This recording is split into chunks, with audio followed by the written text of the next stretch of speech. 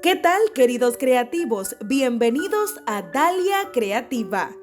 En este video te enseño cómo hacer esta espectacular y delicada rosa de listón en picos con tan solo 21 pétalos. Muy fácil de hacer, ensamblada con hilo. Te va a encantar.